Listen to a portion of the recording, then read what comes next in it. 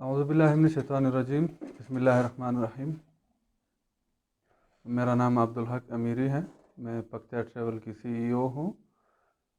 मेरे व्हाट्सएप पे बहुत सारे मैसेजेस आते हैं, ख़ास तौर पे पाकिस्तान से। जो लोग कोरोना की वजह से पाकिस्तान में बंद हुए हैं, ख़ासकर वो लोग जो सऊदी अरब जाना चाहते हैं।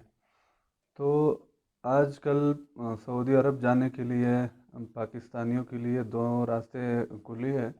एक है बहरीन के रास्ता और दूसरा है जो सबसे आसान और सबसे सस्ता रास्ता पड़ेगा आपको, वो है अफ़गानिस्तान का।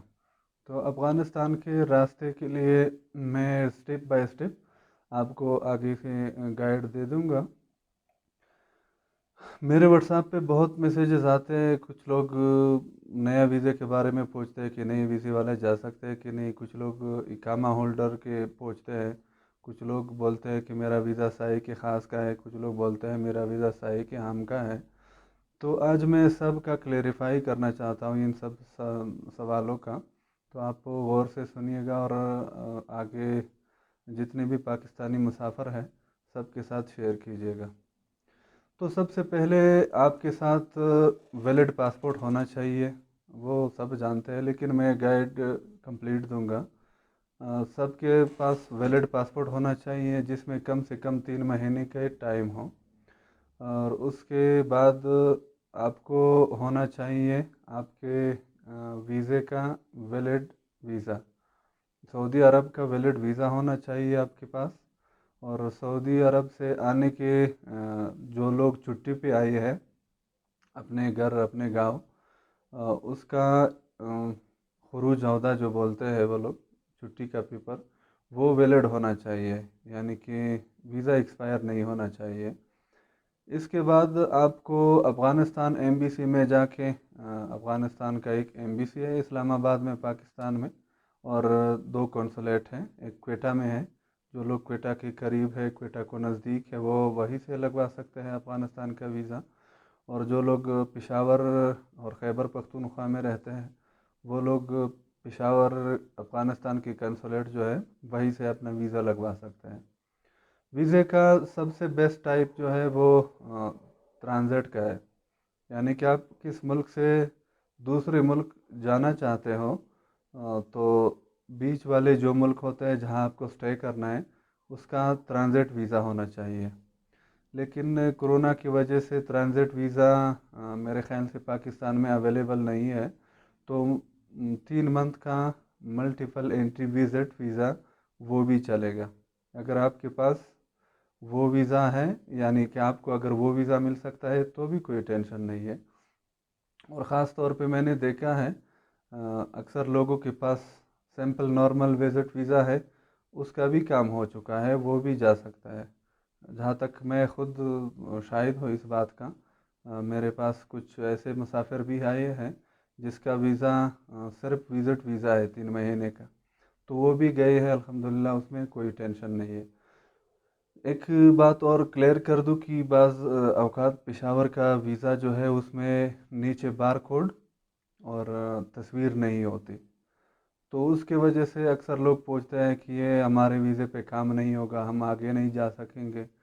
वीज़ा वैलिड है, वो भी कोई टेंशन नहीं है उसमें। बस सिर्फ अफ़गानिस्तान में आके आपको वजारत ख़ारिजा में वो उसका वेरिफ़िकेशन करना है। तो वो वेरिफ़िकेशन सिंपल तरीका है, वो कोई भी कर सकता है। उसमें ना आपको कोई टेंशन है, ना आपके ऊपर कोई मसलन कोई सवाल नहीं उठता कि वो बोले कि आपका वीज़ा में ये नहीं है। तो आते हैं अब नेक्स्ट स्टेप पे। नेक्स्ट स्टेप पे आपको आजकल अगर आप बाई रोड आते हैं तुरखम पे या कंधार के जो स्पिन बुलदक हैं, आप अगर आप इन दो रास्तों से आते हैं बाई रोड, तो आपको नेक्स्ट फ़्लाइट जो है वो जो सऊदी का आपको पकड़ना है अफ़गानिस्तान से, उसमें काम ईयर में आपको फ़्लाइट की इजाज़त नहीं दिया जाएगा। यह 2 दिन से यह रिस्ट्रिक्शन आ चुका है। लेकिन अरियाना अफ़गान एयरलाइन जो अफ़गानिस्तान का नेशनल एयरलाइन है, उसमें आप जा सकते हो। उसमें कोई टेंशन नहीं है। अ, अगर कोई इस्लामाबाद एयरपोर्ट से आते हैं यहाँ कराची से इस्लामाबाद, इस्लामाबाद से काबुल पीआईए में आते हैं, तो वो लोग नेक्स्ट फ़्लाइट पकड़ के किसी भी एयरलाइन में जा सकते हैं। लेकिन अभी अवेलेबल सिर्फ दो फ़्लाइट है, एक कामियर का है और दूसरा है अरियाना का। इन दोनों में आप फिर जा सकते हैं। तो वहाँ से फ़्लाइट पकड़ने के लिए आपको कोविड का टेस्ट होना है।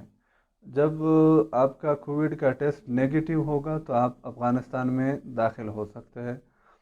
यहाँ आने के बाद आपको 14 दिन अफ़गानिस्तान में रहना है। क्वारंटाइन का जो पीरियड होता है 2 हफ्ते का, 14 दिन के बाद आप यहाँ भी कोरोना का टेस्ट रिक्वायर्ड है नेक्स्ट फ़्लाइट पकड़ने के लिए। तो आप अपना टिकट लेके मेडिकल लैब में जाओगे, आप अपना कोरोना का जो टेस्ट है कोविड-19 का वो करवाएंगे।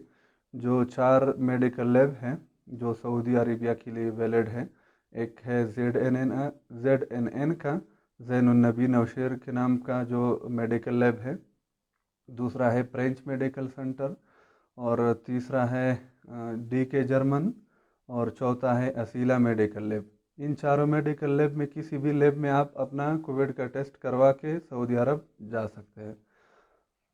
सऊदी अरब जाने के लिए मैं एक बात क्लियर कर दूं कि जो लोग नया वीज़ा होल्डर है, यानी इकामा वीज़ा होल्डर जो है, जिसके पास इकामा है, वो जो मैंने इससे पहले बताया इस प्रोसीजर को फॉलो करके वो जा सकते हैं।